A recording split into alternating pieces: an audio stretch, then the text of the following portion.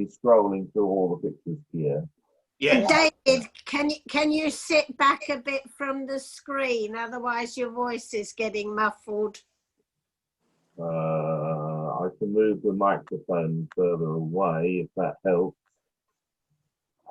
It was fine for me when you did that. Me too. Right, how is that now? Fine. Yeah. Yeah. Right, we'll kick off then. So good morning everyone and welcome back to our monthly meetings. I should have been at the dentist, and although I sent them an email asking for confirmation and they confirmed that today's appointment would go ahead, they then sent me a message to say it won't. So I'm unimpressed with the dentist. Nonetheless, let's move on to Bill's number 1. Remembering the topic is 3, and in this case you can interpret 3 however you like. And Bill has got a rather interesting puzzle here of 3 pieces of wood with some joints cut into them, which is. I can't hear you, David. It's just me. I can't hear you. Is it just me? Very quiet. It's a little muffled. It's just very quiet. I just can't hear what you're saying. Right, I'll move the microphone back. Just Mo did tell me that that's a good position. How is that now? I'm okay. Mo, Yeah, we can hear you. you can hear me. Okay, so what Bill is giving us here is the way that these 3 pieces are assembled in stages 1, 2, and 3, and then when they're all together. So it's rather an intriguing photo. I very much like this interpretation. It's quite thinking outside the box and getting your joints sorted out. And I think that's an admirable interpretation of 3. It's quite unusual, and I think that's very good indeed. I'll move on to Bill, which again shows us rather more detailed version of these 3 pieces of wood. These are 3 different pieces of wood put together into a corner joint, and again intriguing for those of us that are into woodwork and like to see how this puzzle works. It's very interesting indeed. Well lit, good black background so you can just see the business of the photograph, and quite clearly with writing in the photo we are, as it were, obliged almost to read the writing. So I like that. So that's the second 3, and here they are again. Now I'm not too certain, and maybe Bill can tell me how that one differs from that one. Is it simply that the 3 single pieces of wood are rearranged as we're looking in this third image? Yeah. Shows the way that the pieces are approached. Bill? Yeah, that's an exploded view. It had to be arranged rather carefully on a sort of black block to try and get all things in the right alignment in the first photograph, and then of course the second photograph is more or less the same as it was the previous one. Yeah, so it's just rearranged, and I thought it was a better looking way of showing how it all went together. I understand that. Right, so for Bill, I'm going to call that wooden joint, and I think that's quite an intriguing photo and a very good interpretation of the topic 3. So I move on to Diana's number 1, the benches for reflection. And there's a play on words there, isn't there? There are 3 benches as required by the subject, and you might sit on those benches and just ponder or think or reflect upon things. And of course, there's a lovely reflection in the water. And you do know that I love reflections. Very, very well seen. A nearly square format, so it works very well. My only slight problem is the inclusion of the waste paper bin on the right hand side, which if you have the Photoshop and Jiggery Pokery manipulation software, you might have chosen to delete that. But not all photo manipulation Jiggery Pokery software will do that. But perhaps you sort of put a dog or I don't know, plant pot or something in over the top of that. Couldn't you Otherwise, just, a very good one. Yep. Bill? well, I was going to say, couldn't you have just cropped it off? That Well, I Yeah. rather suspect that if you crop that off, you'll lose some of the joy of the reflection. But yes, I wonder that myself, whether taking it off there. no, I mean just to remove the right hand side. Just that right hand section, but then you're including this, whatever it is, the Yes. piece or something. Yeah. So yeah, I just thought, I wondered about that, but I think I prefer the composition as it is, but then put something else in here over the bin. And there's no reason you shouldn't, so long as we can't spot it. And photo manipulation jiggery pokery software is very clever these days. I don't know if anyone's using Affinity. Anyone using Affinity? I've got it, but I'm not using it. Right. I'd have it. I will say that I've got it on the cheap, and I have it for use when I go away. And Adobe Photoshop is playing me up, and it gives me a vehicle and a method software with which to look at the photos that I've taken in this case of Dorset. Because Adobe Photoshop is a bit dodgy when I'm not in a Wi-Fi area. But good photo. I like it very much, and I particularly love the reflections. So as far as that one is concerned for Diana, I'm going to call that frequency. I'll move on to the next one. And this one made me chuckle. I really like this, you know, these genes used as plant pots. I don't know where you found this, but it's really clever. I like it. And as a photograph, it certainly works.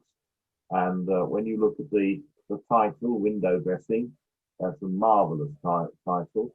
And the stroke, looks like Diana has picked up the blue color from the jeans and used that as the stroke, which is ideal. And you'll remember that we have said before, some judges don't like strokes, some do. From my point of view and from our purposes, it does separate the image from the background being black and the image itself being in color. I'm going to try to enlarge that a little bit just to fully enjoy it. And yeah, I do like that a lot. Where was it, Diana? Have a guess. Australia. Oh, was it? Oh, brilliant, brilliant. Yeah, I love it. Yeah, well, I've seen boots with pansies growing up, and old boots, you know, with pansies planted in them. That's a good one as well. Yeah, I like that very much indeed. So well done on that one. Moving on to the next one, and Diana's 3 vintage bottles, very well taken. You'll notice, ladies and gentlemen, that Diana has perfected the skill of picking up the colour from the image and using that as the stroke. And it does it perfectly. I really like that.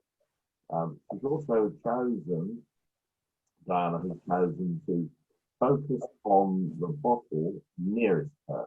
Now, you'll find on your cameras that if you use an automatic setting, they will often focus on the nearest object, and that's fine.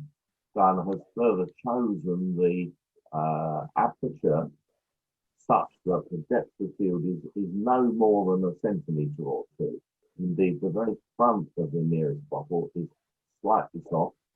The bottles behind are both soft, and by soft I mean out of focus, and that's deliberate in that it gives us 3-dimensionality in a photo, and I do like that. I like the colour, the olive green colour. And I don't know if you've tried, Diana, changing the white balance. Have you experimented with the white balance? Oh, sorry. No, I didn't change the white balance. I think it had a circular polarizing filter on it to. Okay.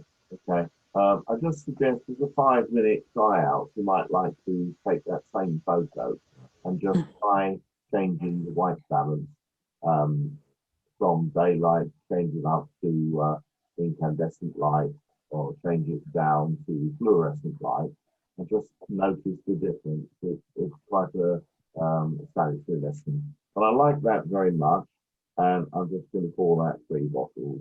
So well done. Nearly square format again. Good black background. I take it it's ambient light. There is light from the adjacent window, is it? Yep. Yeah. And it's very well done, very well conceived. Thank you for that one. Moving on then, the domino effect from Fred. Jolly good idea. And you see, not only has Fred captured the idea of 3, he's got 3 dominoes, but the dominoes are showing 3 spots each as well. So well done, Fred. Point of focus is the nearest domino, and you'll see, ladies and gentlemen, there's really a lesson in depth of field here. The second one is soft, and the third one is very soft.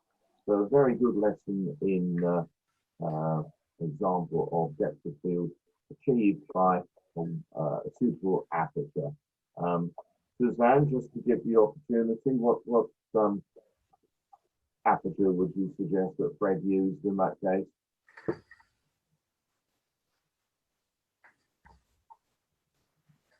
I realise I'm muted. A small aperture, a small number, Yeah. a big, to get the one in front in focus and the other 2 blurred. Yeah, that's exactly the right answer. Well done. Small number, big hole, giving a adequate depth of field. So that's very well done indeed. I like that. So I'm just going to call that for Fred. Dominoes. We can't see a stroke line. I don't know if there is a stroke on that, Fred. On my screen, it's not quite showing up. There is one, David. It's probably a black one. I never give it a thought, but the background you put the photographs on as black. So in future, I will remember that. Okay. It's showing up as a very, very thin white line if I specify it up. It looks like a beveled edge, doesn't it? It's a beveled edge. Yeah, well, anyway, just to mention the use of stroke lines. Compositionally, Fred has used the idea of these dominoes coming in from the bottom left-hand side. Actually, I think I'd have preferred a little more image on the left-hand side and cut off some of the right-hand side just to move them over a little bit.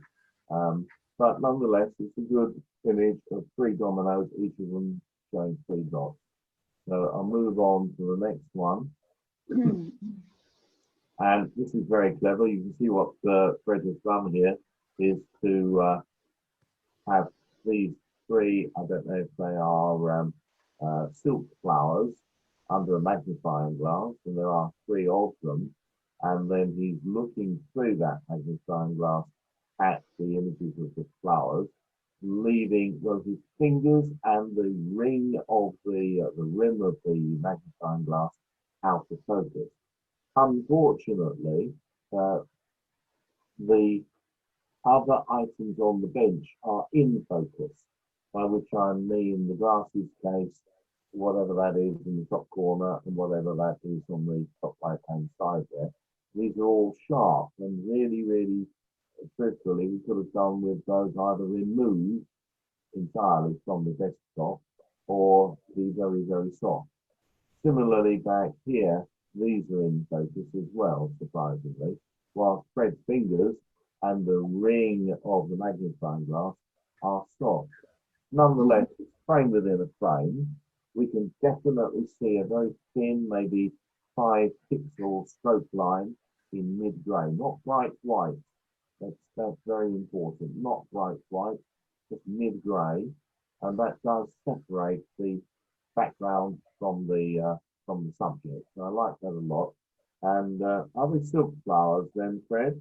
Yes, they are. It's a single flower. It's a prism. I actually bought it in Dixon's about 45 years ago in Oxford. Oh yeah, one of those.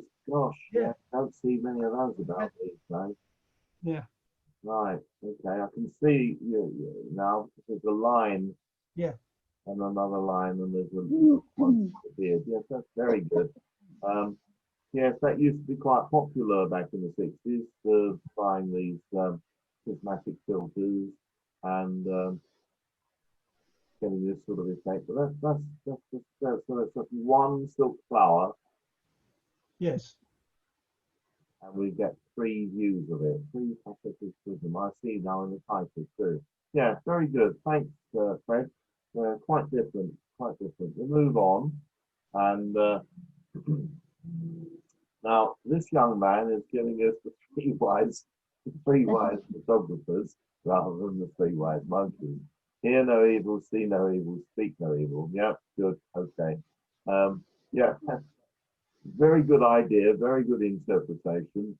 And you'll see, ladies and gentlemen, that taking 3 photos and then either cutting them out or merging them together, Fred has been able to get this effect. You want to tell us how you did it, Fred? Yes, on a tripod. Yeah. Put it on self timer. Obviously, I set up the thing. It took a few takes to get the shutter speed and the aperture correct. Got a small flash. I got an Olympus camera. It came with a very small flash which pops in the hot shoe, and I just bounced it off the ceiling. Yeah. Essentially, took the 3 images, took them into what was it? Elements. Yeah. And used layers and just layered them together and painted them out. Right. So there's 3. I think there's 3 things to pick up on that, ladies and gentlemen. Number 1, if you have a flash gun, don't have it flashing straight at the subject, but bounce it. If you have a sort of flash gun that has a rotating head, you can bounce it off the ceiling or off the walls, provided that your ceiling and your walls are white or light coloured. I did do a shoot for an engaged couple, and they wanted it taken in their lounge, and their lounge was painted canary yellow, and by the time I added the flash, they looked positively jaundiced. So just be careful about doing that. But that's the value of the technique. The other thing that Fred has mentioned is layers, and if there's one thing that will help you hugely with advanced photoshopping techniques is to get to grips with layers. So you can take 3 photos or 33 photos, put them into a stack, and just rub out the bits you don't want. I'll maybe send you a link to how to do layers. It's a very, very useful technique. So very good. I like the title, goes very well with the photo, and I'm going to call that 3 Togs. Togs are photography. I'll move on to the next one. And Caroline, now this is really, really well done. This is an advanced piece of photography. Let's look at the technique that Caroline has used. She's picked up the gold color or found something very similar for the stroke that works oh so well. She's got 3 volumes, and that gives us the link to the 3 subjects. She's then put some specs and a magnifying glass, just the sort of thing I use on sharks when I'm sailing, because the details on the sharks are plenty very, very small indeed. And then she has this rather advanced vignette, which really brings us in to the subject matter. I think that's a very advanced photo. So well done, Caroline. If anything, I think the vignette is a little bit heavy. I don't know what other people's opinions are, but you can, if you can try to have some control over the vignette, nonetheless, it works very, very well indeed. I'm taking it that the shadow gives me a clue that the light is coming from the left-hand side window, the window on the left as you look at it. And indeed, if you look at the reflection in the magnifying glass, you'll see, if you can see where my pointer is going, let's just try and enlarge that a little bit. You can see here the reflection of the window on the left. Who is it? Here, in the magnifying glass. Can you see that or not? Can you see where my pointer is going? Yeah. Yeah. And in fact, I think that might even be a reflection of Caroline herself, just hidden there on the edge of the table. I think that's a terrific photo, Caroline, so well done on that one.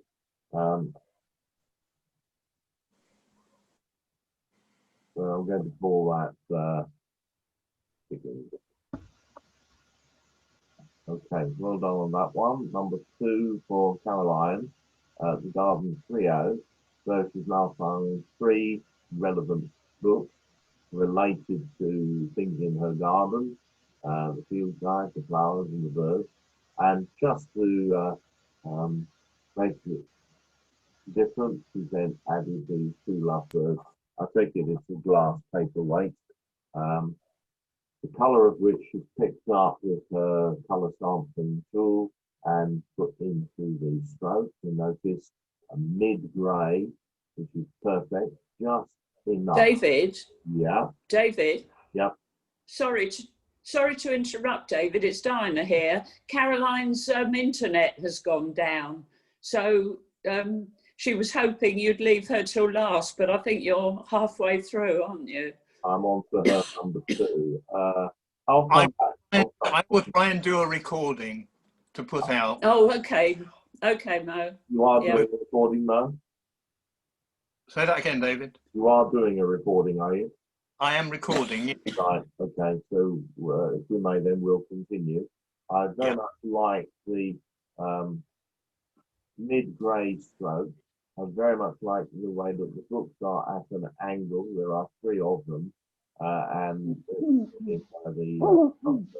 ideally there should be 3 lovebirds, but there you go. You can't, I think it can't be choosy. So well done, Caroline. Very well thought of, very well taken. Again, some light from oblique light from an adjacent window.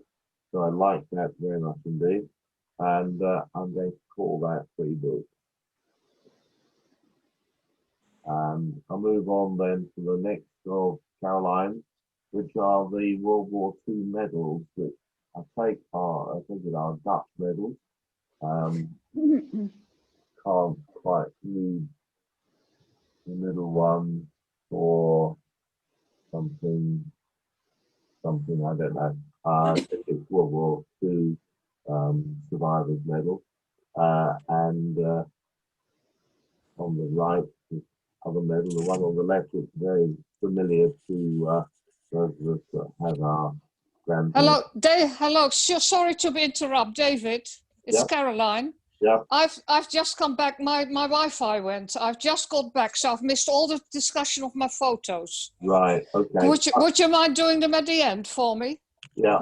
Most recording it, so he'll send you the link on the recording. All right, because I haven't heard any of it now. I've just got back.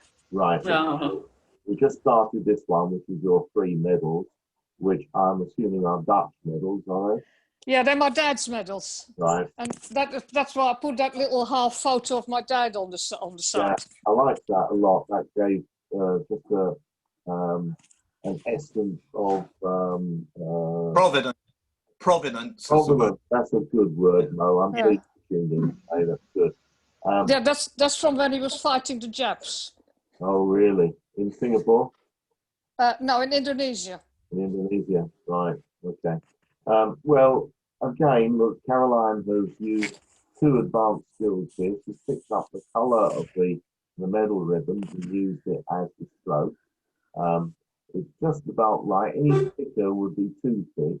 It could be a little bit thinner, but it's the right colour. I like that. In addition, she's used a vignette, which on this occasion I think is not too much. Caroline, my comment on your previous one, which was the bird. Oh, that Dickens, yes. the vignette is a little bit heavy, and if you have any control over the vignette, then a little bit of a lighter vignette. But I'll come back.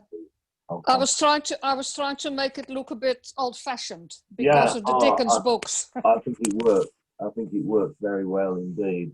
But when you play the recording, you'll hear the full Monty.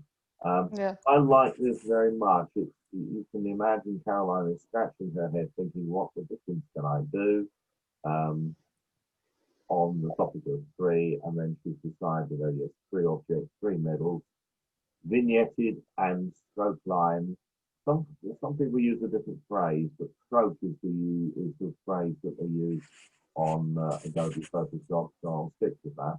You may have come across the phrase key line.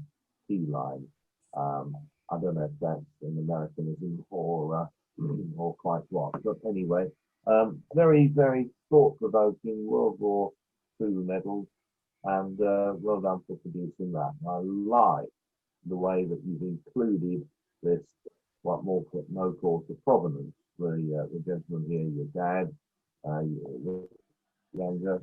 Did you have a date on that photo, Caroline? Yeah, that was in 1941, just before he got taken prisoner.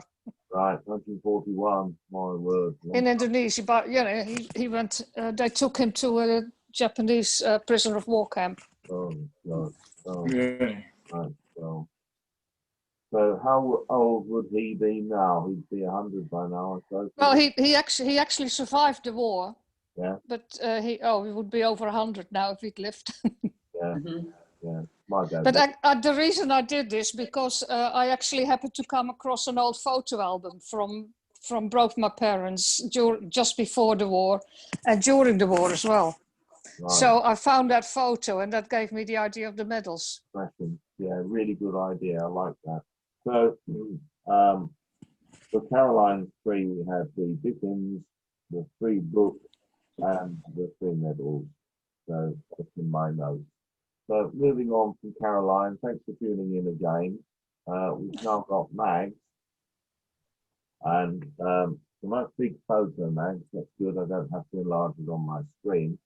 And you'll see that Mags has given us, some people might call it a record shot. It's a very interesting shot of these three rock turrets, called, I guess, the Three Sisters, which is great. I'm not sure I wanted all this sky, and I would have suggested that you crop that off just to lose all of that sky. I know it's going to lose the peak of this mountain. And Max has included a stroke line, which is almost pure white. I think if you have any control over it, Max, try to get a mid-grey, so it's not brighter than the image, but it does sensibly separate the image from the background. In addition, you'll notice that the color temperature, ladies and gentlemen, is very, very blue. Now, I suggest to you that this is ultraviolet light, which your sensor is seeing. We used to be troubled by UV back in the days of film, more than we are now, because we can easily enough change the color temperature. So if you just try on your software, what sort of software are you using now? It's in the Blue Mountains. The whole thing is blue, Yeah. Blue haze the whole time. Yeah, it's the haze. There's three things you can do. One is just change the color temperature in your photo to make it look a little less ultraviolet. I'm quite happy with the blueness in itself, which I'll come back to in a minute. The other thing you can do, well, no, just try that. Just try changing the color temperature if you can on your software. I don't know if your software allows that. Now, in the old days, we used to use what was called a Ratten 1A filter, which, if you looked at it with the naked eye, was a very pale straw yellow, and that would overcome the ultraviolet and turn it much more normal. If you said to us the type of Blue Mountain, perhaps that would have made us forgive the photo from being quite so blue. It does look like a UV effect. However, let me say further, if you have a slider on your software, what software are you using, Mag? I think that was Pixar. I'm really struggling with the software at the moment. Okay. Rubbish, basically. Yeah, in some of the software, there's something called a dehaze, and if you use the dehaze slider, that would make a heck of a difference. But let's get back to the subject. The Three Sisters, we've got three things here, 1, 2, 3, and where's this Australia then? Is it, Max? Sorry? Is it Australia? Yes. Yeah, okay. So well done on finding a subject that you could find from your catalogue, as you might put it. The Three Sisters, you told us what they're called. I personally would chop it off there, and I'd definitely behave it. However, let me say the colour here is quite sharp colours in lots of orange and grey and green and yellow. Here is much more washed out in the hills beyond, and in the very far distance, it's totally washed out. So this degradation of colour gives us a good impression of three-dimensionality, and you'll see this in the naked eye too. If you look at a scene such as this, you'll notice that things further away have less distinct colour. But that's a good attempt, and so for Caroline, for Mags, I'm going to call that 360. So good attempt.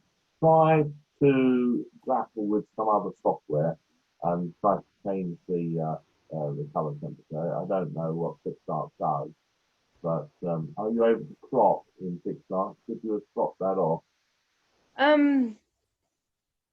Now you mentioned, yes, it would look much better if it was cropped. Yeah, it's fairly boring slide. If you had some nice fluffy jobs up here, or a flock of birds or something, it might be a bit more interesting. But as it is, the top quarter of the image is just really. Yeah, I obviously wasn't thinking at the time.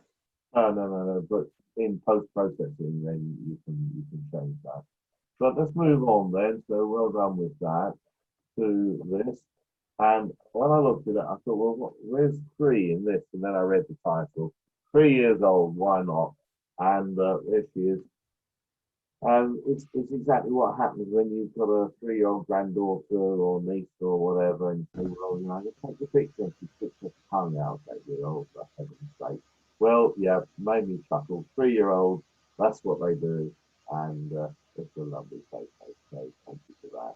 Once again, the stroke is a little bit bright. It's the brightest part of the image, and a little bit thick. I try to thin that down if I were you. But I don't know again if your software will do that. Maybe it would be worthwhile. The white shirt. Speak up.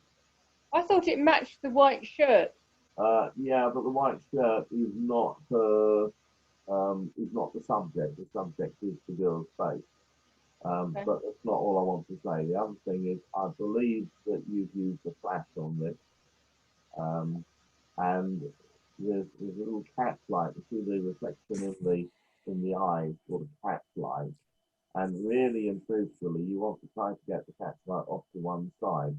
So if you were listening to whoever it was earlier, I think it was Caroline, that used a flash. No, I think it's Chris used the flash and bounced it off the ceiling, then that would have given a much softer light. I might be wrong. It might be there's a window behind you, which is reflecting in the little girl's eyes. There is. It's window light, is it? Okay. Now for window light is very, very good for portraiture, but you need it obliquely. That is to say, not the window behind you, but the window beside you, so that you could get half the girl's face illuminated and half the girl's face in slight shadow. Yeah. Further, she's plumb in the middle, and this is typical of things to try to improve upon. You would need the girl not in the middle, turning slightly around, maybe get her feet at 45 degrees, so she turns her head towards you, and then you've got space, you've got the ability to put the girl on the third here, with her head turned towards you, and the light from an adjacent window, not a window behind you. Window behind giving a very flat light. So Mags has got homework. Is it your granddaughter, niece, next door neighbour? Who is it? It's granddaughter, but I can't. They're in lockdown at the moment because they've just had a baby. Ah, right. Okay. There's So no next time you do it, then window light is very, very good for portraiture, but have it adjacent, have it coming in from one side. Turn the girl so she's at 45 degrees from you, and then have her turn her head towards the camera. Whether she sticks her tongue out or not is neither here or there. Was she being uncooperative when you took this? No, she was being a monkey. She's being a monkey. Okay. So I hope my comments will be of use to you. You could do it actually with Dave if Dave's up for a bit of portraiture and get him to sit adjacent to a window, so the window is not behind you, yeah, and then you'll get the illumination on one side of the face. Otherwise, okay, A bit like your face now, David. Like my face now, you can see. Yes, your face is brilliantly written on the right. Yeah. That's a good example of light from the side. You know, I can't see me on this computer. Yeah. But you can see that sort of thing. Okay. Yeah. All right. Well, moving on, Silver Swans, and it just reminds me of a piece of music, actually. Silver Wings. I don't know if you know the song Silver Wings, but if you're not into something Western, you probably won't. Suzanne can probably sing it to us. Suzanne? No, I don't know it. You Sorry. don't know the words to Silver Wings? Never heard of it. Okay, I'll leave you to find out then, because it's a rather lovely song.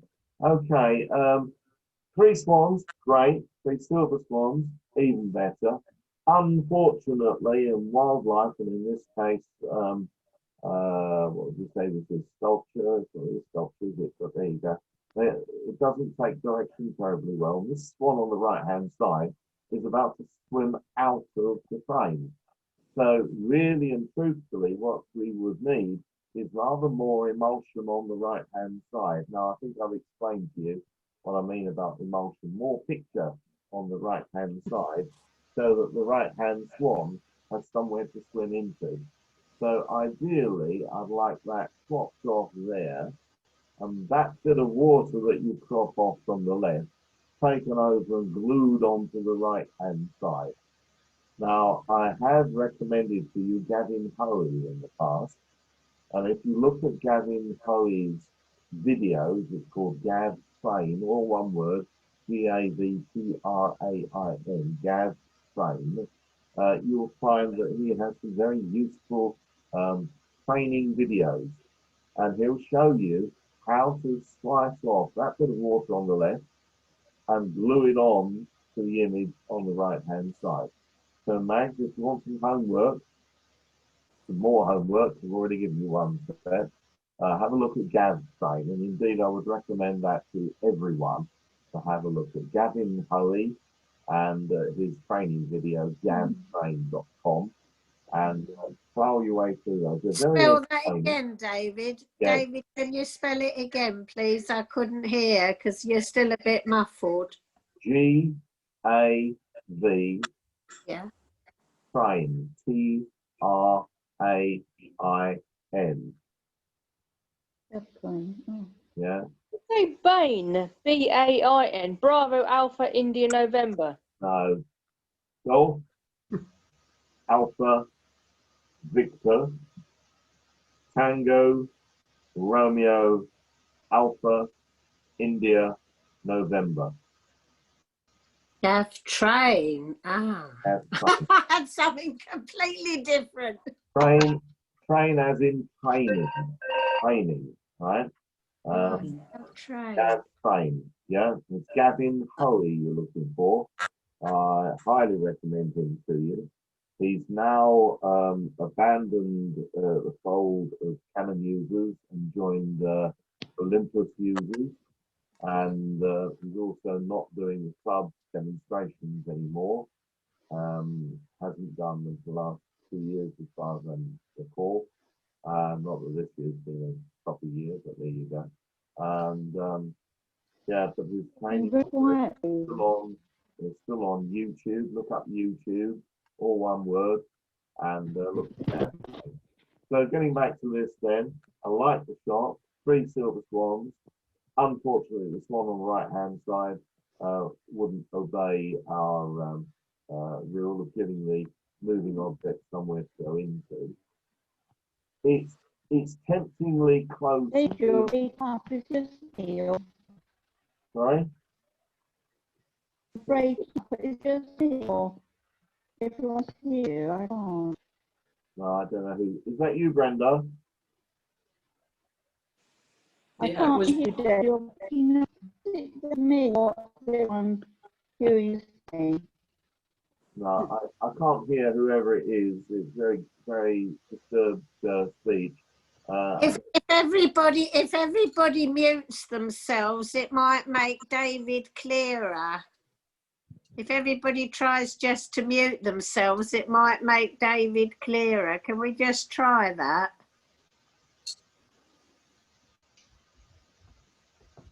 Right, is that any better? I hope it is. Some people can hear me clearly, some people can't. Clearly, there's a problem. Mo, are you hearing me clearly? Mo, come in, Mo. Are you there? He's muted himself probably. Yeah, okay. The other thing you might try is turn off the camera so that you just appear as a black square on the screen, and that frees up some bandwidth.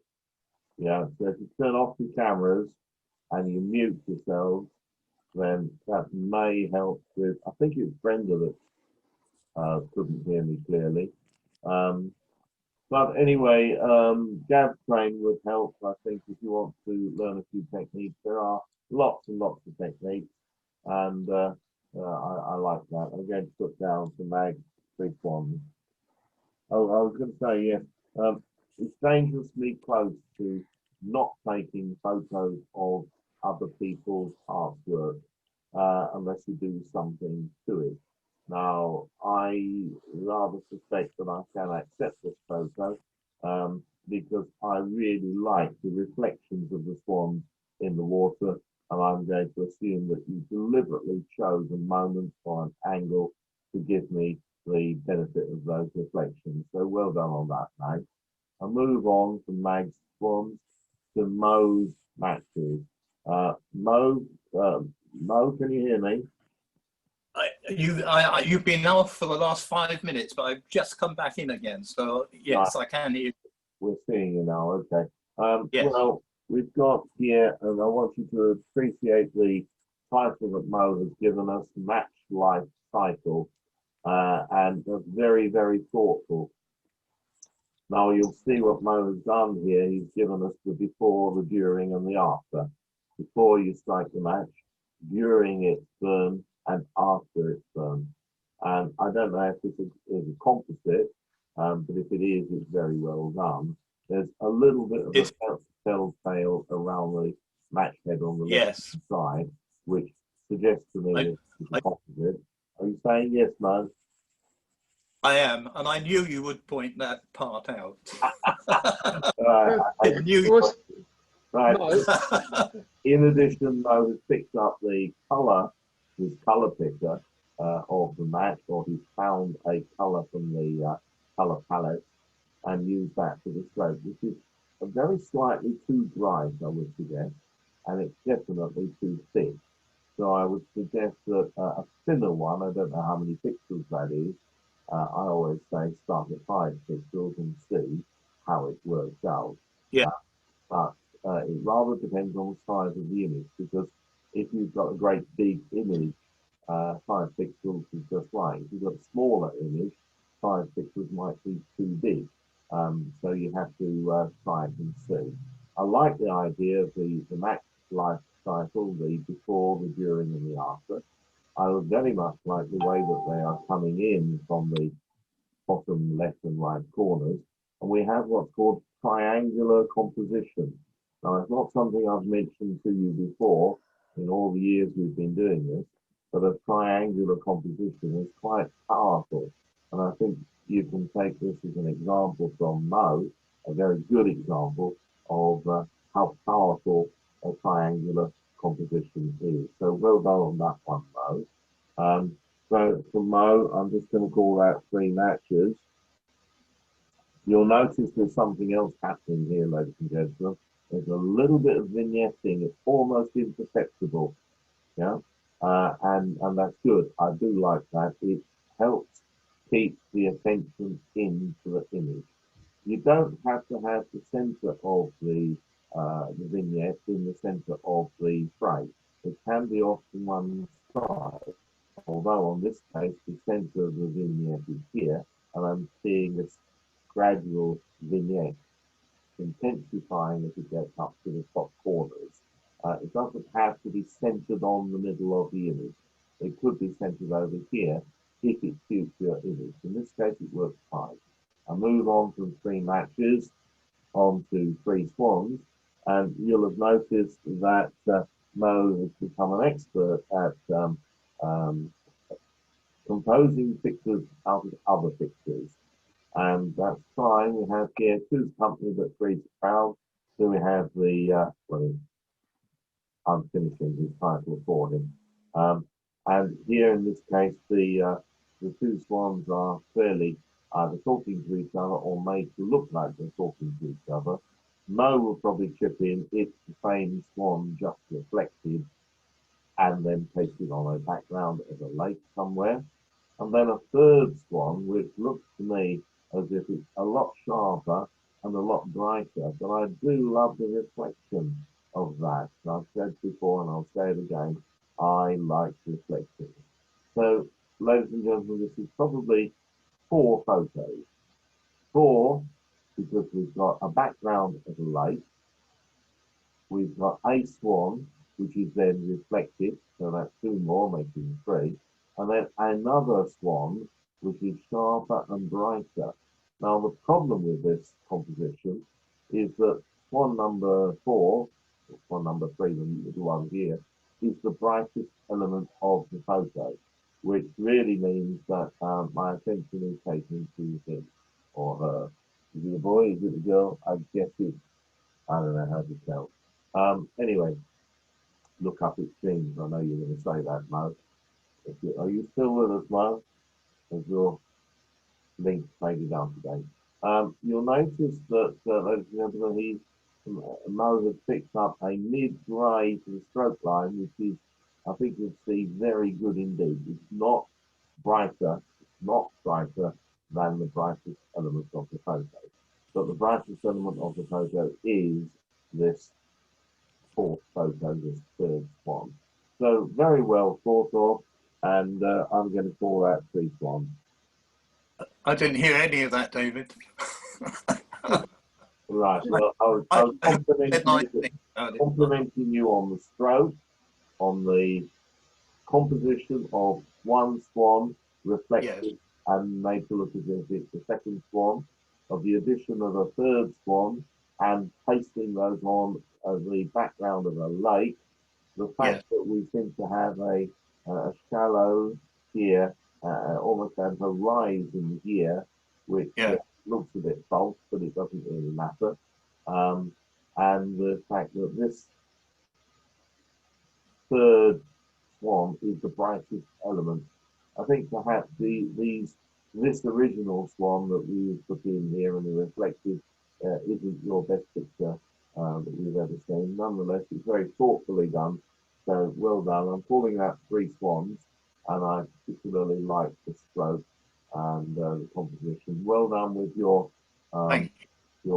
putting photos together. Is it 4 photos? 1, 2, 3, 4 photos, indeed. Yeah. So well done on that. These composites are very, very interesting. Well done on that.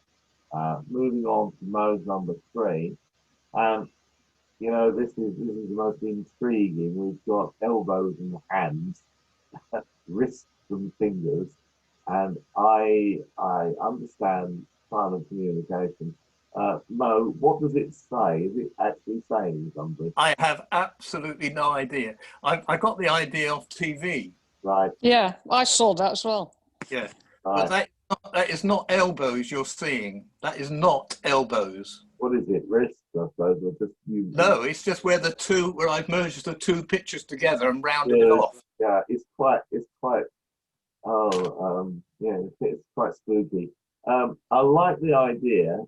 If I knew about what's it called, English Sign Language, then perhaps I'd know what this word is.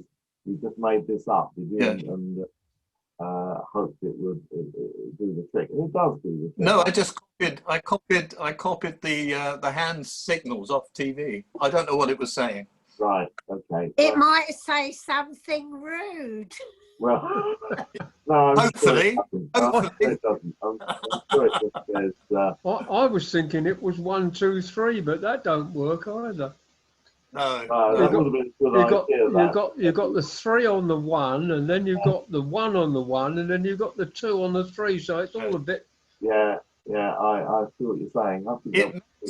It may say "Good Morning Britain" because that's where I first saw it. Right. Good idea. Good composite. I like it a lot. You haven't put a stroke on it, but in a sense, it works without it because cutting off the limb on the right-hand side and the limb on the left-hand side, as it were, gives us a demarcation of where the edge of the image is, and it does without it. It doesn't actually need a stroke. And there's a black one in there against the black background. You can't see. Somebody's yawning. Sorry, is that you, Suzanne? No, it was me. All right. Brenda, are you still with us? I can't hear you. Yawning is just a lack. I think that's Brenda. She said she can't hear us, but your sound is very, very distorted, Brenda. And I'm sorry about that, but there we go.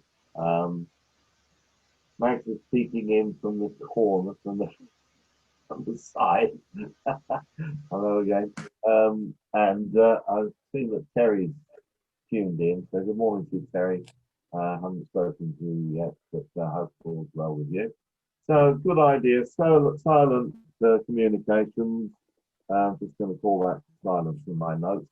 So well done on that, Mo. Moving on then to Suzanne.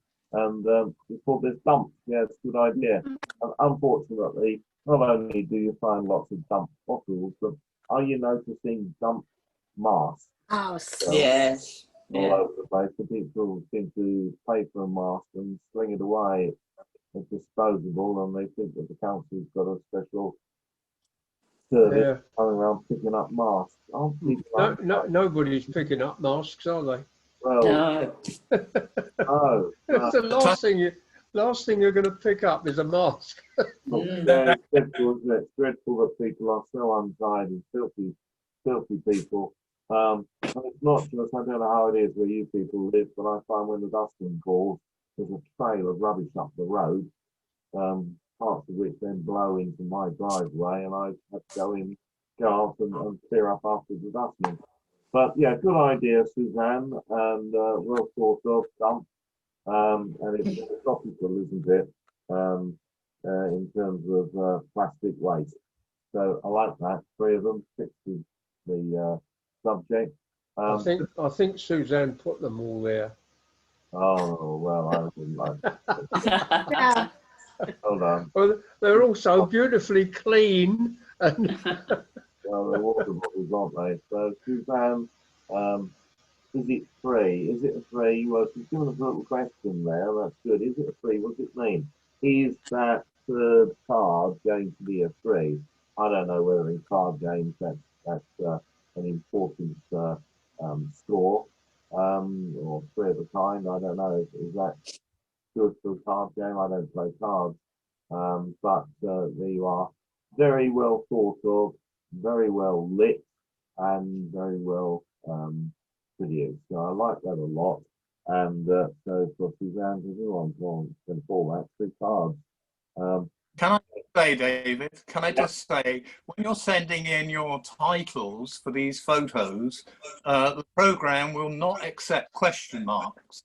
You cannot put a question mark as a file. So, I mean, this one really is asking a question, and it's asking for a question mark, but I couldn't include it. So if you're sending in photos, just remember, I cannot put question marks in the title. Right. Even if you copy and paste it. No, I could do it in PowerPoint. When we were putting it into PowerPoint, I could do it in PowerPoint, but into this program that we're using for the Zooms, it will not accept any files with question mark. And exclamation marks as well? Exclamation mark seems to work, but I would try to avoid anything which is not just pure alphanumeric. Yeah. Thank you very much. Thank you. Well done, Suzanne. Very well thought of. Is it going to be a 3? Somebody that plays cards, tell me, please, is it important to have 3 at a time like that? I don't know. Card players, tell me. well, you can't get 3 of a kind. 3 threes, can you? Can't get 3 of a kind if all the numbers are the same. 3 different suites. You can get 3 different suits. Yeah. Right. Yeah, well, I don't play cards, I don't know. So, yeah, there we go. Okay. Well, we'll move on. Good picture. Praise the crowd. And so Suzanne has gone to, I'm going to guess it's Priory Park Bandstand, which has moved from the cliffs in Southend, much to the dismay of when they were alive, my elderly parents, who loved to go to Southend, listen to the band playing on the cliffs there.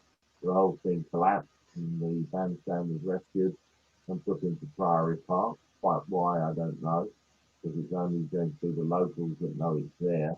And the day trippers wouldn't know where Priory Park is. And Well, they're very, very you know the cliff fell down, don't you? Yeah, that's why they moved it. Yeah. But they have lots of concerts every Sunday, Sunday lunchtimes, and I think Saturdays they have concerts at the bandstand. In fact, they're still doing it at the moment with the COVID. Even in COVID times, are they really? I'm surprised. Yeah, right, the whole program. So we've got 3 people in the bandstand there. I don't understand why you've chosen that as a title, 3 to crowd. It's as if one of them is unwelcome. But yeah, it's a record shot. The people themselves are, I might put it, on the wrong side of the photo, and they are looking out of the photo. The only one looking at you is the man who's about to accost you for pointing your camera at him, as people do in England. Doesn't happen in Asia. They love having their photos taken, but in England people seem to be a bit precious about it.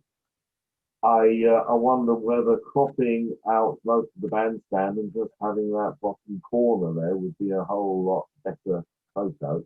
And if I can just I did try that actually, and when I looked, they were all, the little girl and the woman was on the phone, and I had thought of chopping it out and saying somebody like, please talk to me, because the bloke's sort of looking and the other two are looking at their phone. I had thought of doing that, but then in the end decided to leave it, because usually there's a big crowd round the bandstand. That's why three's a crowd, you know.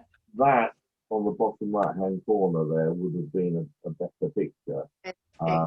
Even though the fact is that she's, in a sense, she's on her phone, the little girl's playing on her telephone or game thing, and he doesn't look very communicative. He's saying, what on earth are you taking a photo of us for? Who is this strange woman? And now, of course, I've caught the attention, or my attention is on that man on the bench in the distance there. So if you were to crop it, and I would have done, because I really don't see what the bandstand's got to do with three. These are the three, but try on your software, and I don't know if you can do it, Suzanne, to get rid of the man there and just put some grass or extend the bench, get rid of his legs. I don't know what software you're using. What software are you using, Suzanne? Usually PixArt or something. Well, it's all right for free, cheapo, but you're advanced enough now to move on to some proper software, not this baby. And you know, get really good at putting things in, taking things out. I will go down the list later to ask you what software you're using, but I'm going to say I don't understand the title. Even if I remove the man on the bench in the distance and cut down the photo to just for three people, I still don't understand why you chose that for a title. Well, because usually the bandstand's packed, and it's unusual to see just three people sitting by the band. Right. Okay. All right. Well, thank you for that one. So that's going back to the photo itself, and I'll move on from that to Terry.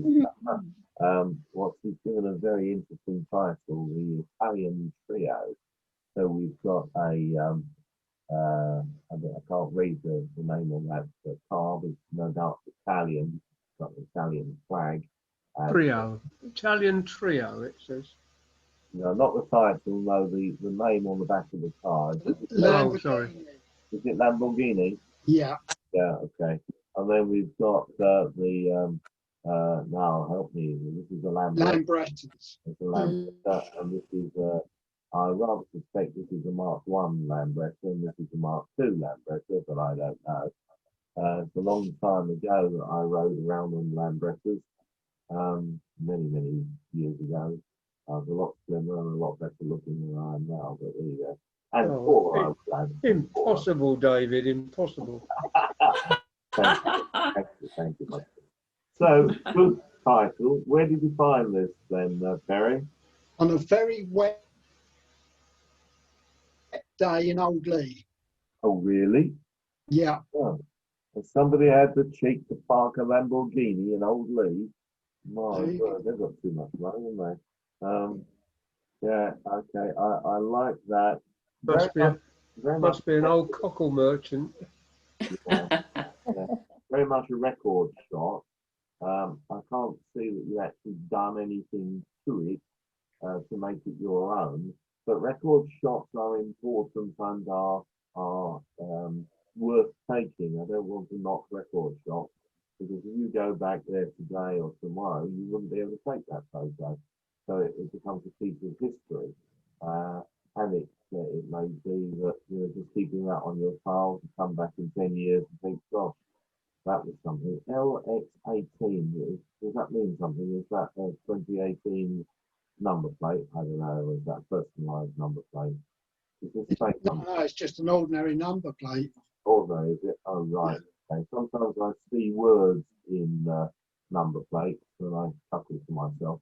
Now, what you might have chosen to do, again, I'm going to come back and ask everyone what software it is. What's distracting me is that sign, which probably says, don't park here, park it elsewhere. You're parking it round and it ought to be square. I'm sorry, that's wrong. But anyway, can you on your software, could you have taken that distraction out? I did attempt it, but it got messy. So, Not messy, yeah. so I thought I better leave it in to give you something to criticise. Thank you, Terry. Okay. Now the other thing to ask, and I'll ask around the thread, where was this photo taken from?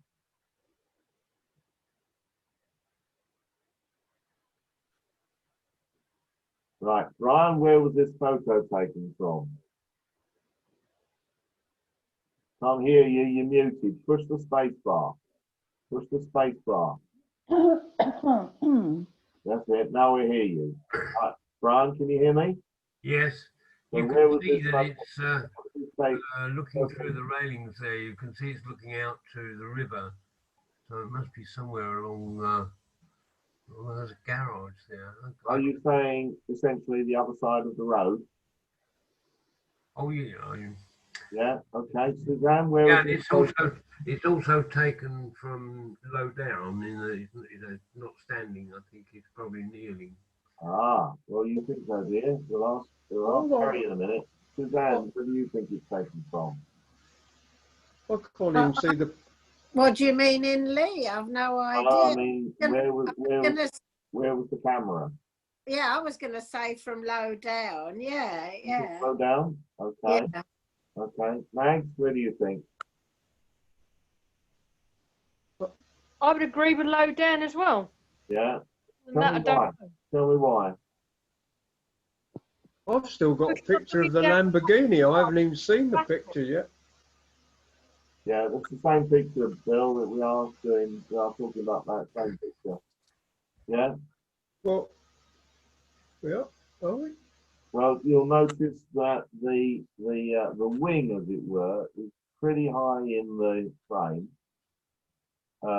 Terry has cropped off quite a lot to give us this letterbox orientation, and I wonder where he held the camera. Now, some of you have cottoned on to where I'm going with this. So come on, Terry, where did you take this from? By which I mean, where did you hold the camera? I think this, I did two, one standing up and one wobbling, crouching down. And I think this is the wobbly, crouching down. Yeah, good. Okay.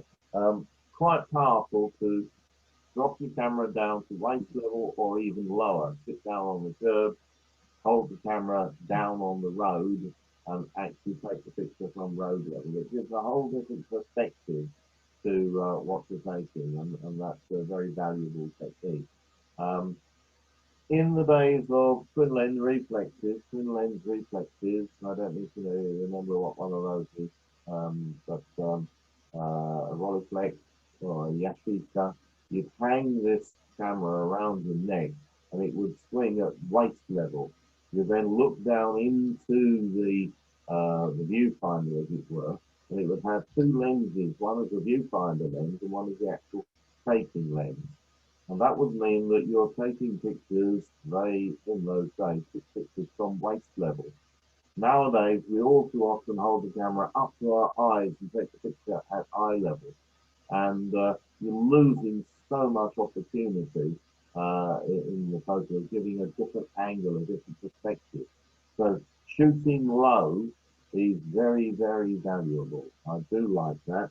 And I'm going to come back to that in a minute. Right, so we move on. Can you still buy angle finders for cameras? Yes, you can. Yes, you can. I've got, if you want it, I'll lend you one. It's in my cupboard behind me now. Yeah.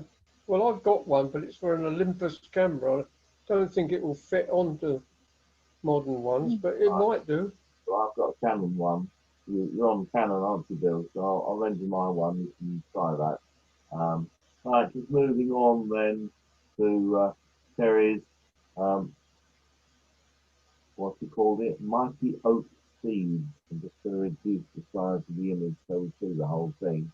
So rather than call it 3 acorns, mighty oak seeds, quite poetic really. Terry was obviously in a poetic frame of mind at that time. And that's very good. Is that this season, Terry? Sorry? Is that this season? About 3 or 4 weeks ago. Yeah, so it is this season, yeah. So as an image that addresses the topic of free, it certainly does it. And I like the color palette of all these greens. Look at how many different greens there are there. Now, again, in software, it would be useful to go to your color slider and reduce just to see what happens when you take the yellow out. I think you may have tried that in the past. If you haven't, do try it. Just take the yellow slider and whack it down to 0 and just see what happens to your image. And then whack it all the way up to full and see what that does. And you'll come to appreciate that this isn't just a bunch of greens. There's a lot of yellow in this photo, an awful lot. And as it is, I like the balance. I'm just saying that as a learning point, try reducing the yellow and see what it does to your image. I think you'll be surprised. Have you tried doing that previously? I have, yeah. Right, that's good then. Very thin mid-grey stroke. I like that a lot. As I've said, some people call it a key line. Adobe call it a stroke. Adobe Photoshop calls it a stroke. Just right, just right. The only thing I would say is the composition is a little bit simple, and I would have cropped off. I would have cropped off. I would have cropped off some of the top and some of the right hand side, just to give me a little bit more triangular composition. You know, I've come to mention triangular composition to you previously, but I like that, and I hope you took 35 more of other acorns. Did you take 35 more? About 6 more. Oh, 6 more. Why did I say 35? Because there used to be 36 on a roller film. You've heard this one before, Terry. Many times. Showing your age, Dave. Pardon? Showing your age. Show my age. You're showing your age. Repeating old jokes. Yeah, okay, okay.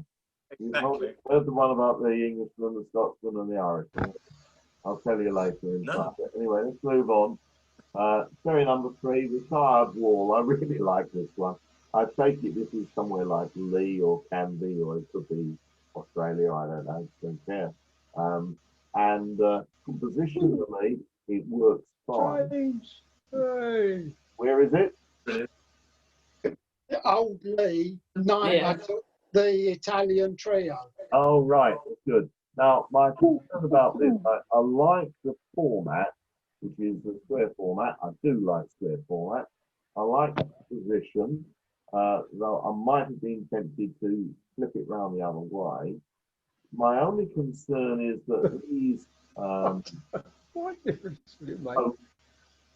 these posts are not vertical, and I don't know if they're supposed to be vertical. These lines are not horizontal, and I don't know if they're meant to be horizontal, but maybe the whole of this wall is over at a jaunty angle, and it's giving us this sort of leaning back. So I think that's interesting. I might ask Terry, or will ask Terry whether he tried to straighten it and he didn't like it, so he left it at a jaunty angle. What did you do to it, Terry? No, I left the angles because I took it. Well, when I say a fair distance, it was so wet and horrible. I must admit, it was a snapshot to get back home. I had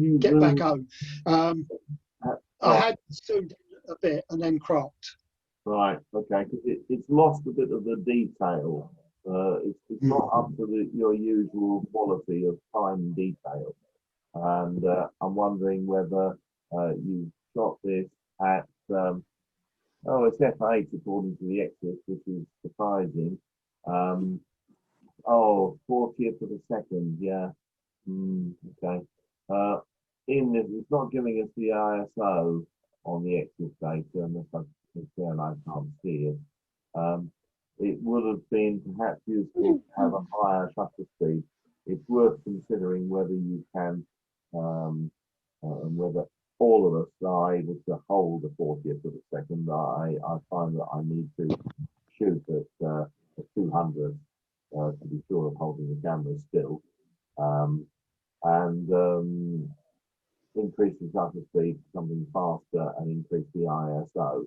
You can pretty safely go up to a much higher ISO, and I suspect you shot this at something like 100 or 200 ISO, ASA, and you could have gone up to 800 quite confidently. Indeed, on some cameras, it is said, and it is true, I've tried it and proved it, that I can shoot at 3,600, which is a hell of a fast ISO, ASA. So I like it, but I think, Kerry, you're going to get homework. You know what the homework is, do you? Huh? Whack up my ISO. Well, go back and do it again. Right. Get it up. My feeling is, who's that judge from Candy Island? What's his name? What's the man's name? Tom Thompson. No. You've had him at Padley. Does nature, does the orangutans. I forgot the man's name, but he would have said, well, it's on the edge of sharpness. Now, that's a very polite way of saying it's not sharp. And Not Mike Fuller. Mike Fuller. One of his phrases is on the edge of sharpness. And I think he's quite right. That really isn't sharp. So I'm making a note for tyres. Now, I don't know whether Brenda's still with us or she's given up. Yes, I am with you. You are there, jolly good. Well, this is rather lovely, these sunflowers. I don't know if you grew these, but you're welcome to some. I think you've seen my sunflowers in my garden, they're 9 feet tall. You're welcome to some seeds from those. They're in the greenhouse drying. So let me know if you want some sunflower seeds. Oh, yes, please. Grow your own. The stroke, Brenda has picked up something close to the colour of the petals of the sunflower, and she's given us 3 blossoms. Now, I don't know if she grew these or bought them from Morrison's. Doesn't really matter. What matters is that she's got 3 of them. They're beautifully photographed, if a little dull. They don't seem to be as bright and as vibrant and as shining as I'd like them to have been. Did you take them on a dull evening, or what's going on? No, I didn't, but that's exact. I'm looking at them now, and that's the exact colour they are, actually. Really? Okay. Yeah. Well, maybe I'm used to seeing mine in the garden. Did you shoot these indoors or outdoors? Pardon? Did you photograph these outdoors? No, I did them indoors. Indoors, yeah. I wonder if that was the case. Because for me, they're a little bit dull, and maybe a faster ISO, going up from whatever you've got these at. I don't know if you've got the ISO on your exit data. No, you haven't. 200 for the second at F5, yeah. I would be inclined to put your ISO up, double it, and get them to look a lot brighter. Often the case is that hazy light is good for taking flowers, and bright sunlight isn't. And you remember some years ago I gave you a white Perspex sheet to obscure bright sunlight for flowers or portraits. But I like that. I like the composition, and I like the way you picked up a colour for the stroke. Stroke is a little thick, to my way of thinking, a little wide, but we'll forgive that. So very good sunflowers. David, if you put up the ISO and you took the picture again, And assuming you're using auto exposure, which you don't ever seem to use, Oh, never, never, never, never, never. No, it should be exactly the same as it was before. Yeah, well, you're committing two crimes there. Number one is using auto exposure. You should never use auto exposure, which is what you've done here. You can see it says here auto. Only use auto when you're using the light meter in your camera. Your camera's got a light meter. In the old days, we used to buy light meters, Western Master 4. Well, that's what auto exposure is, surely. Yeah, no. Doesn't everybody use auto exposure? I'm sure Absolutely they do. not. Yeah. No member of this group uses auto exposure. Rubbish. Yeah, we do. It is. It's terrible. It's a waste of the facilities on your camera. Do not use auto other than to get a light meter reading, and then change it according to your requirements. Oh, there you go then. The metering only occurs in the center of your frame. So you don't use auto exposure at all? Never, on your camera? Never, ever, ever. I can't understand that. Well, I think you two are talking at cross purposes. I think David's talking about the auto button on the camera, and I think Bill's talking about something else. Yeah, all cameras have auto exposure on them. I'm not talking about the auto P version and the quickie version, but all cameras measure the light and take the picture. Yeah, that's what you have to disable. When I am elected to be Cura, I will disable every camera in the world from its auto setting.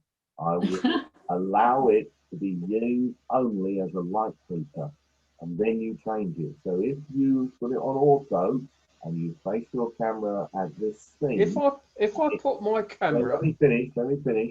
I think no, just listen to this, Bill. When you push the shutter auto, and it will say a 200 second at f5 at 100 ISO, and then you decide, no, I don't want to do that. I want shallower depth of field. So I'm going to override that by one stop. I'm going to go to an aperture of 2.5. Yeah. And therefore, I am going to get a shallower depth of field. But with a wider aperture, I'm going to get twice as much light in. So I would need to increase the shutter speed to a 400 for a second. Well, what's the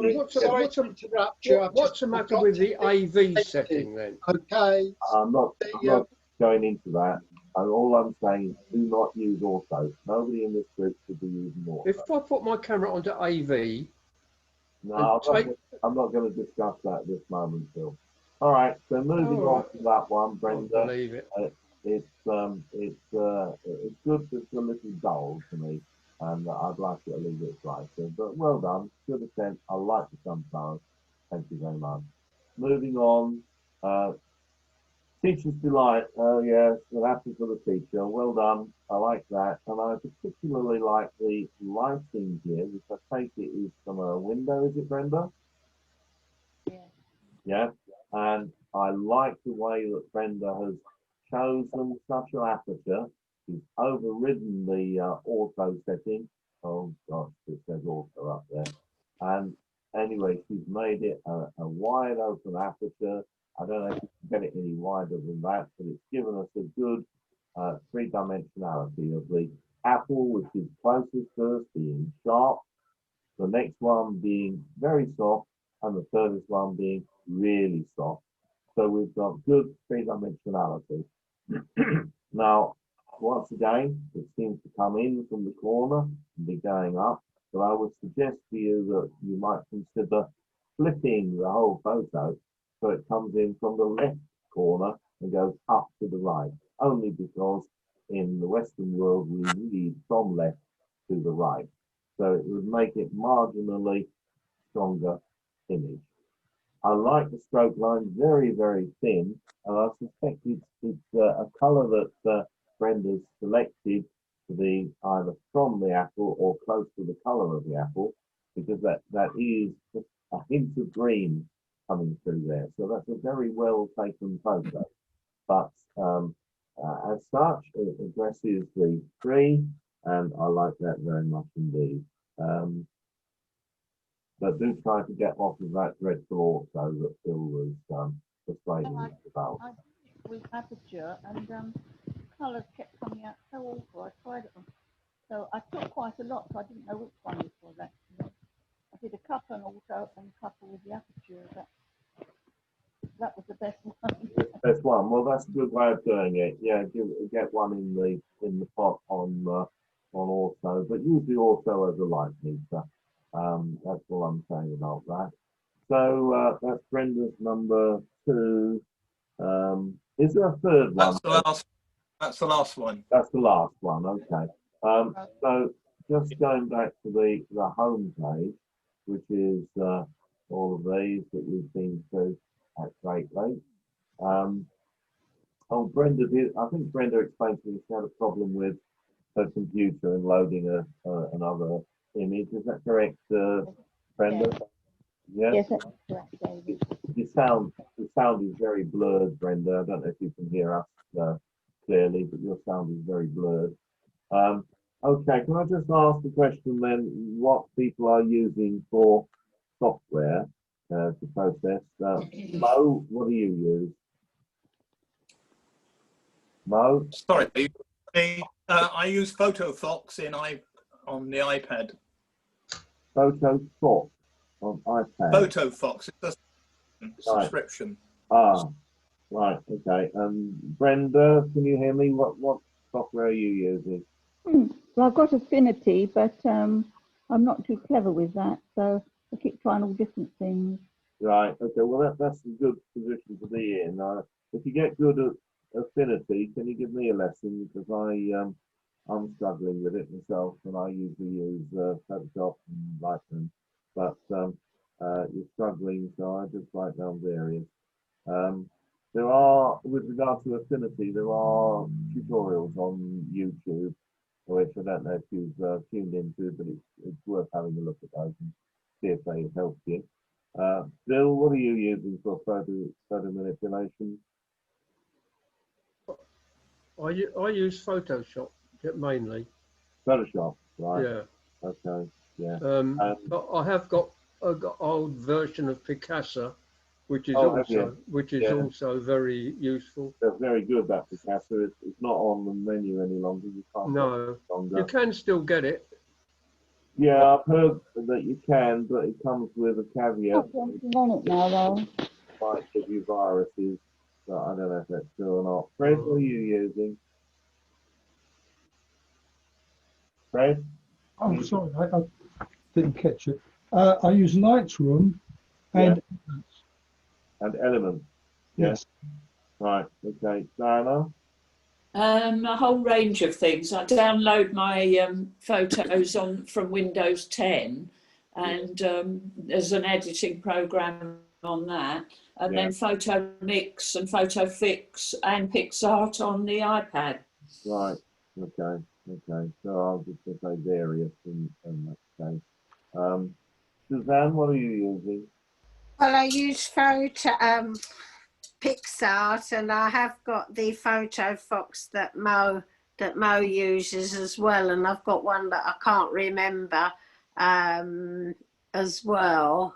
So again, various ones. Whichever one works, that's good. Yeah. Caroline, what are you using? I use PaintShop Pro on my PC. Do you? Wow. Wow. Oh, I used to have that. I used to like that. Yeah, that's a good one. Yeah, that's an I'm old. not sure it still exists. Can you still get it? Sorry? Yeah, I think. Can you still get it? PaintShop Pro. Are you talking to me, David? Yeah, Caroline. Yeah. Yeah, I've got PaintShop Pro on my PC. On my iPad, for just simple things like borders, I use PixArt on my iPad. Yeah. But for anything more serious, more complicated, I use PaintShop Pro on the PC. Yeah, very good, very good. That's a good one. Max, what are you using? I'm using PixArt, which I hate. Yeah. I can't say blame you. From what I've seen, it's very limited, and really, you're all so good now. You're able to move on to more advanced stuff. I don't know whether Benchmark Pro is still available.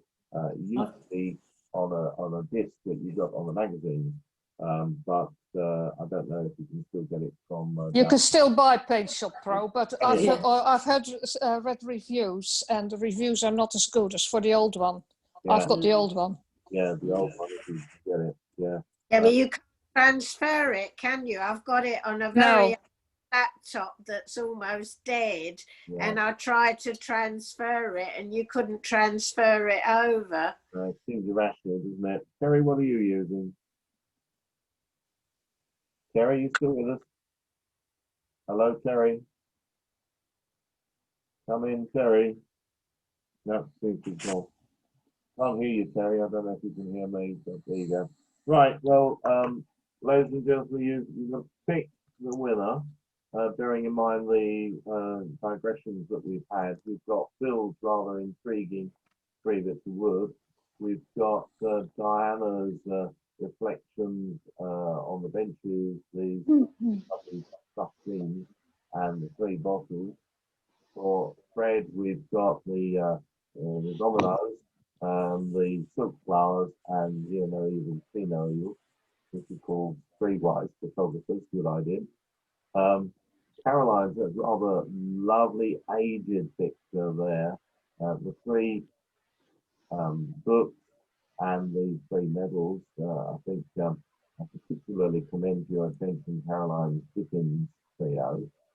Mags here with the 3 sisters, the 3-year-old, and the 3 silver swans with those lovely reflections. Mo's very strong triangular composition here, a composite, 3 swans, another composite, and the intriguing, I think that's the word I'm looking for, the intriguing sign language. Suzanne's dumped bottles, 3 cards, and 3 people asking for a crop. Terry's Italian trio, which I think we've all agreed is probably taken from a low point of view, and very, very, very good to do that. The Mighty Oaks, the Acorns, I like that a lot, and the Other Focus Trials, and Brenda's Sunflowers and Apples. And then I believe Brenda said she had problems getting a 3rd image up, so she's just got the 2, but nonetheless, they're 2 good images. Hi, Are you still with us, Brenda? I am, yes. Okay, we can hear you. Am I right? You had problems getting a 3rd image up? Yes, because my computer's in the hospital and my photos are on there. Ah, right. Okay. Okay. So thinking about that plot, then, ladies and gents, we just have to pick a winner, and if you're okay about it, the winning images will be transmitted to a lady called Margaret something, Margaret Flash is it, who's taken over the U3A, had the U3A newsletter, and provided she can get the images off of the computer, then they'll be released in the U3A newsletter, and you'll be famous. And what your votes are, for no other reason than that I was written in this order. Mo, would you give us a vote, please? I couldn't decide between Diana's window dressing. I love Fred's arrangement. That is my kind of picture. And I also like Caroline's Dickens. So I'm tossing between those 3, and I'll go with Caroline. Caroline. Okay, thank you. That's very good. Brenda, your vote, please. Well, I'm the same as Mo, and I'm going to go with Diana. We're going to go with Diana, all right. And next on my list is Bill. Can you hear me, Bill? Yeah, I can hear you. I'm very undecided. I like Mo's one picture, the most imaginative match picture. Yeah. But across all three, it's probably the dominoes, the flowers, and the sitting on the settee. So That was Fred. Was Fred. it? Yeah, that's Fred. Yeah, yeah. Well done. Thank you. So Fred, your vote? Mose. Mo. Really imaginative. Yeah, yeah. He's very imaginative and he does well with his composites. So well done with that. And Diana, have I asked you yet? No, I haven't asked you yet. Diana? Caroline. I think Diana. Diana? Are you asking me, Yeah. David? Yes, your vote, please. I'm going with Caroline. Caroline? Suzanne, your vote?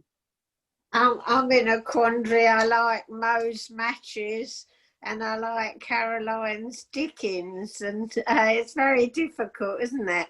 And I like Fred's. It's really difficult. I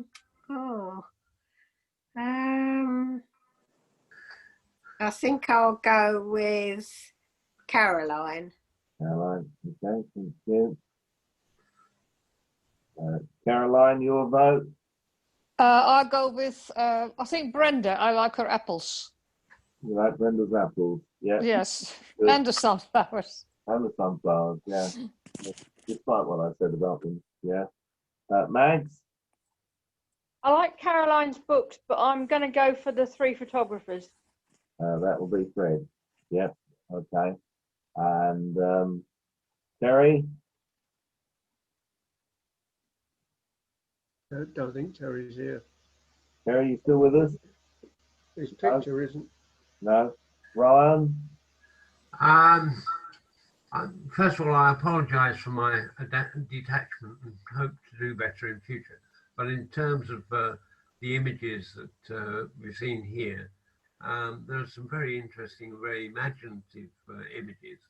But I particularly like Mo's hand signals. I listened last night on Radio 3. I often listen to the essay, and it was postulated there that the human mind can only deal in 2 dimensions. And it mentioned as an example of using many dimensions of Escher, the artist. And I think that Mo's hand signals go somewhere towards that.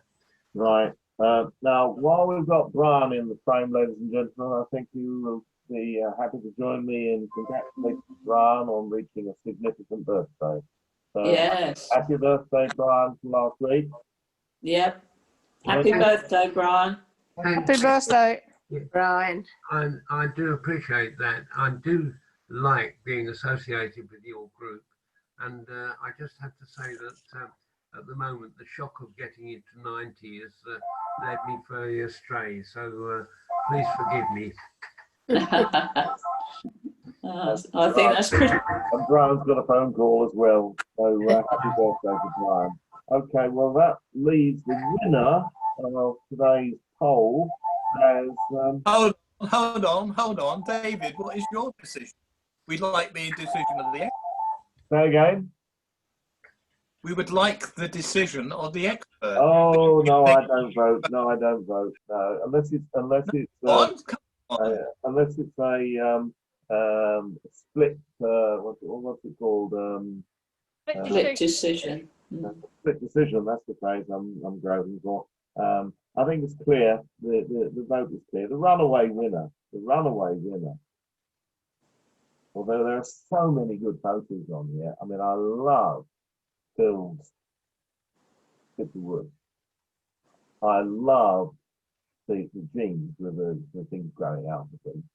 I very much like the 3 dominoes.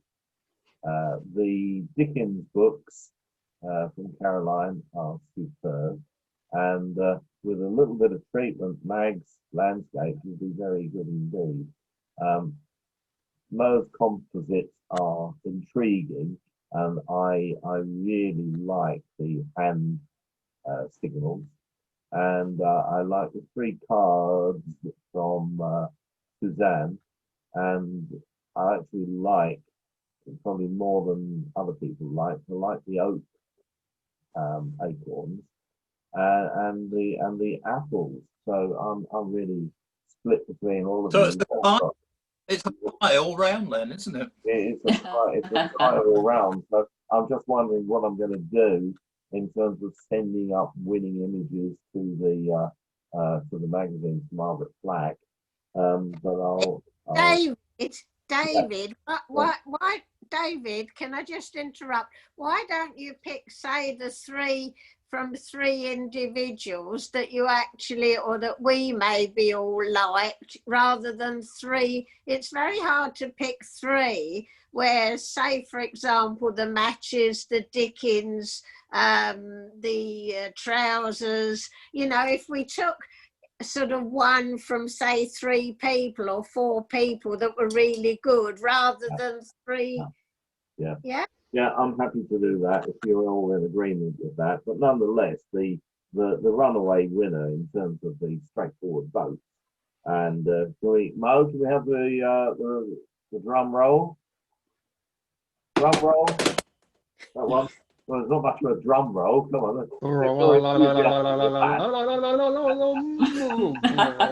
Anyway, the runaway winner is Caroline. Well done, Caroline. Oh, well done. Oh, thank you. Well done, Caroline. Thank you. But I think I will take your suggestion, Suzanne, of taking from the whole suite. We've got so many good photos here. There are some good ones. The whole point is really to demonstrate how expert and how good you are. You know, despite Phil's dissent about the auto button, you know, I know that nobody in this group uses auto except Phil. You need to overcome that. And as I say, when I'm elected, I still think we're talking at cross purposes. well, I'm pleased to hear that. That's okay. So anyway, congratulations to Caroline. Lovely to have seen everyone. And if you want some sunflower seeds, let them know. They're drying at present. They're not ready, but they do grow to 9 feet, literally 9 feet. Brenda will tell you if you've seen them. They're gawping over next door's fence and looking at what next door's having for their supper. They're at least 2 foot higher than my fence, and they are big. So if you want some seeds, I don't promise you that they'll come true. But there we are. Some will, and some won't. So good morning to everyone. Thanks for tuning in. Sorry we've lost Terry. Don't know where Terry just disappeared off to. Into that Lamborghini and David. On the A13. Yes, David, can I ask you what the next? Oh, good one. Is? Good one. Good one. Thank you. Yeah. Well, I think I'm going to take the clue. I mean, I was tempted, but we've done it before. I was tempted to go back to seasons, to look at the colours. But it's a bit old hat, really. You've all done it before, haven't we? You did it last year. You did it in a different form the year before. What we haven't done did strike me earlier in the season.